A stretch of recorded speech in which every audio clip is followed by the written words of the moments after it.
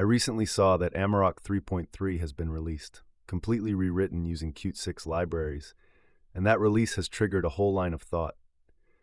I've never been a huge music listener. Let me say that right away, with no shame.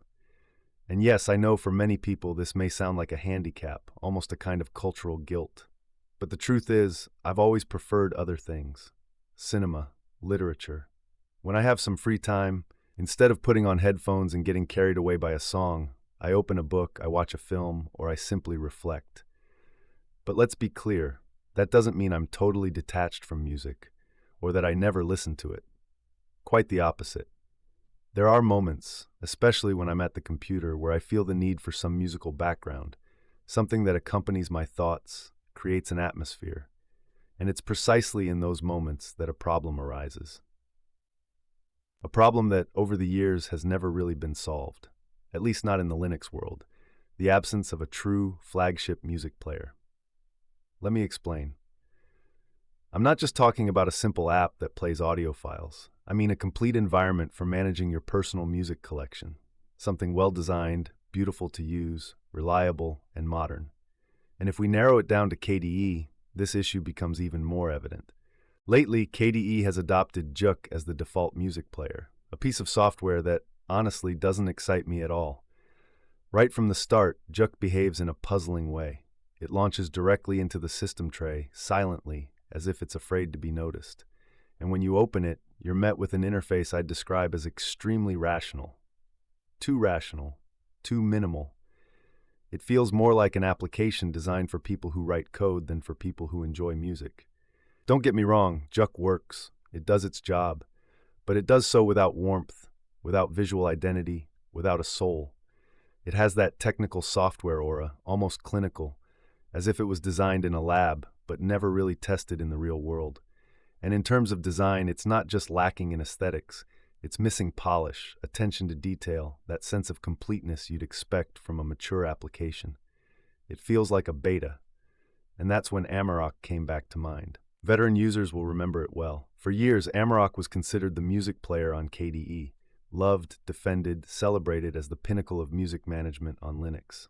It was, in many ways, the open-source alternative to iTunes, with a clear idea. Music is not just about listening, it's about organization, discovery, context. Amarok lets you catalog tracks, create libraries, fetch cover art, lyrics, artist info. It was way ahead of its time. But, and here's the painful truth, its interface was, and still is, an eyesore.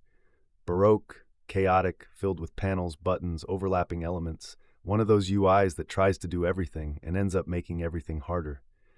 Today, looking at Amarok feels like opening a time capsule from an era where complexity was synonymous with power. And maybe back then it was, but not today. Today we need balance, elegance, simplicity.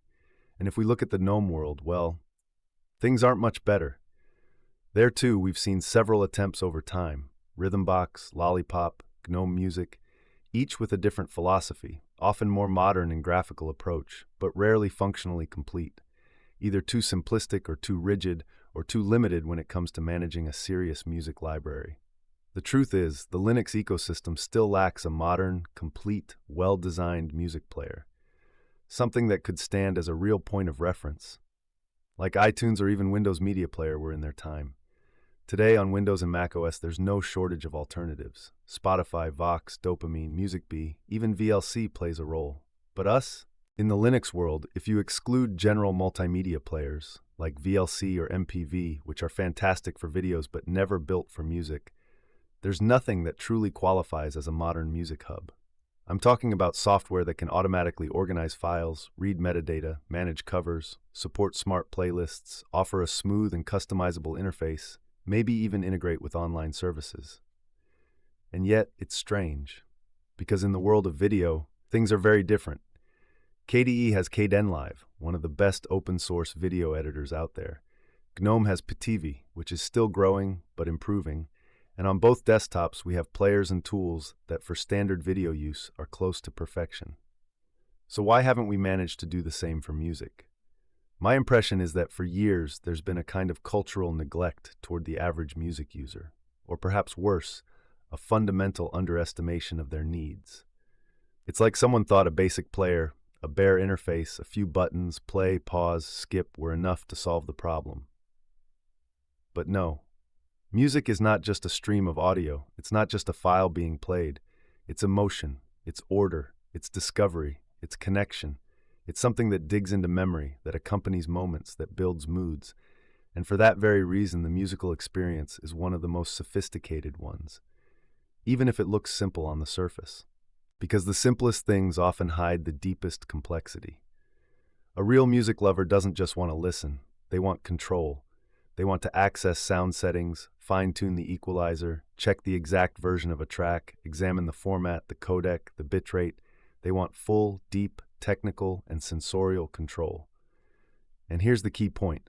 A modern music player, in terms of interface, is more complex than a video player. It needs to offer ease and immediacy for the beginner, but also depth and refinement for the audiophile. It must be simple on the outside, but rich inside. Light in appearance, but powerful in features. And today, this is what we're missing. We lack something that blends the best of both worlds: ease of use and hidden complexity, visual beauty and sound engineering. We need a new project, a modern application, maybe built with Qt or GTK, but with a clear vision. Not just an MP3 player, but a true music center, a place where music becomes experience, archive, discovery. Something that makes you want to listen, that helps you rediscover forgotten tracks, that lets you build your library as a personal collection. Something that blends passion, precision, and beauty. A project that dares to become a standard, that invests in design, in ergonomics, in user experience. And yes, even in aesthetic beauty, because beauty matters. Even in software, it's 2025. And yet on Linux, listening to music is still a fragmented, incomplete, often frustrating experience. And it shouldn't be. Maybe it's time to throw down a serious challenge to the community.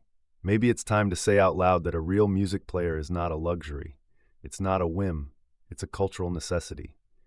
Music is part of what makes us human. It's intimate and collective, rational and emotional. And the open source world can't keep treating it like an afterthought, like something that gets fixed at the bottom of the backlog. In the end, I'll admit it, I personally use Navidrome via web, and it's probably one of the best open music experiences out there right now. It's fast, well-built, cross-platform, and it does exactly what it promises.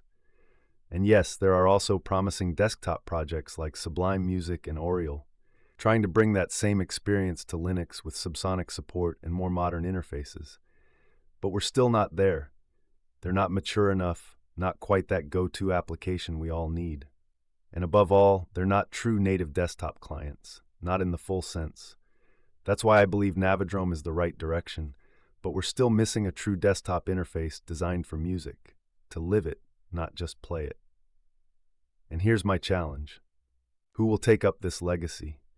Who will write the future flagship music player for Linux? Because the day we have an open source music player that unites beauty, power, and depth, that will be the day when our ecosystem takes a step forward, not just technically, but humanly.